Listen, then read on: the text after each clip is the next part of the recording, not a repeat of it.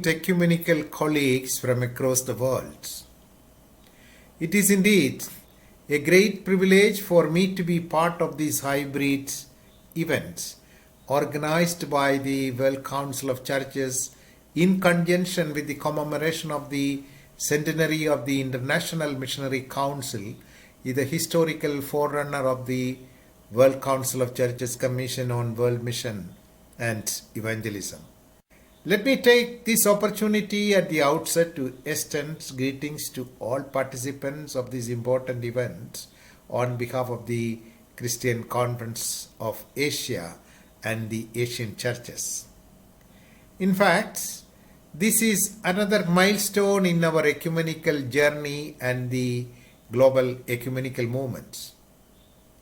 This is also an occasion for the Asian churches to recollect their historical involvement through the participation of Asian church leaders who were part of the entire process of the formation of the International Missionary Council, even from the period of the 1910 Edinburgh Conference, and subsequently their participation from the very beginning of the formation of the IMC.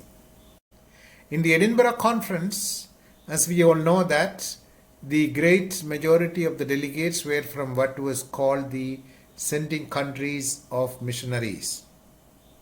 Representatives of Eastern lands were very few, a total of 19. Asian churches were represented by 18 representatives out of the total 1,215. The Asians who had attended the Edinburgh echoed their powerful voices, and they exerted their influences out of all proportions to their numbers. Two Asian voices heard at the Edinburgh Conference in 1910 from an Indian, V.S. Azaria, and a Chinese, Cheng Ching-yi, were recorded and considered in history as two best remembered speeches at the World Mission Conference in Edinburgh. As a follow-up of the Edinburgh Conference, when the continuation committee was established and the impetus was brought in another form with a long-standing missionary contribution to the modern ecumenical movement, which was undertaken through John R. Mott, Asian churches participated there too, and they hosted in 1912 a 7-month long journey of John R. Mott in different parts of Asia. That was in India, Burma, China, from Ceylon to Japan. When Mott had no less than 18 conferences with the participation of missionaries and Asian church leaders and national levels, which also led to the formation or establishment of national or regional interdenominational councils of missions in countries such as in India, China, Japan. Asian churches became pioneers in initiating and establishing organized structures of modern ecumenical movements at the national levels in Asia. As we know that the IMC sprang from the World Mission Conference held in Edinburgh and had a continuous evolution through the First World War until its formal constitution was adopted in 1921 in New York. When the IMC joined in an international federation of the national Christian councils in those days, there were several such national church and missionary councils in Asia that became part of the IMC from the very beginning.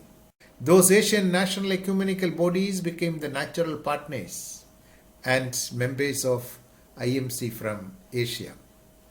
In other words, when the first organizational embodiment of the ecumenical spirit in the churches themselves was formed, Asian churches were in the forefront of such a global ecumenical movement. When a number of important conferences that facilitated the work of the IMC were held, Asian churches were present on all such occasions. As we know that the third World Mission Conference was held in Tambaram in India in 1938, which created another epoch in ecumenical history. Tampere Conference held in Asian soil provided the venue for an international gathering of representatives from so many nations and territories in the world at a time when unprecedented international tensions were precipitating in different parts of the world. IMC was the first worldwide ecumenical council of churches, and it remained so until the first assembly of the World Council of Churches that was held in 1948. No one can negate the historical role and contributions of Asian churches in IMC until its merger with the WCC in 1961 at the New Delhi Assembly of WCC. Asia became the venue of the birthplace of today's CWME, or its forerunner, the Division of World Mission and Evangelism of the WCC in 1961. Asian churches always played significant roles in the history of the missionary and the ecumenical movement from the very beginning through their active participation. Whether it was in Edinburgh or at subsequent major world mission conferences, or at different stages of the accomplishment of the IMC, or the creation of a strong global network of national Christian councils, major missionary conferences, or the formulation of significant policies of the worldwide mission, Asian churches and their leaders contributed immensely to the stimulation of creative thought in the continuing development of a theology of mission. On the occasion of the commemoration of the centenary of the IMC, I gratefully acknowledge the role played by the IMC in the founding of the Christian Conference of Asia. The forerunner of the Christian Conference of Asia, the East Asia Christian Conference, was formed at the Asian Church Leaders Conference, which was convened by the IMC and the WCC in 1957 at the Asian Church Leaders Conference that was held in Prapat in Indonesia. The Asian Church leaders were discussing there on the theme, Our Common Evangelistic Task in Asia.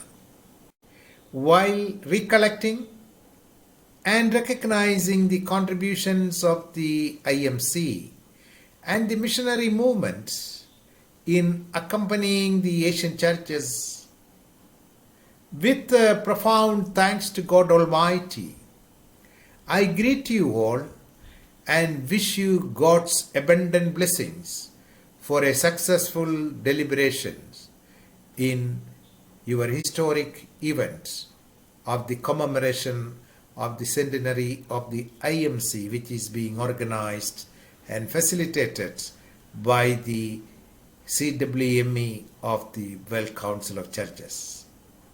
Thank you. May God Almighty bless you all.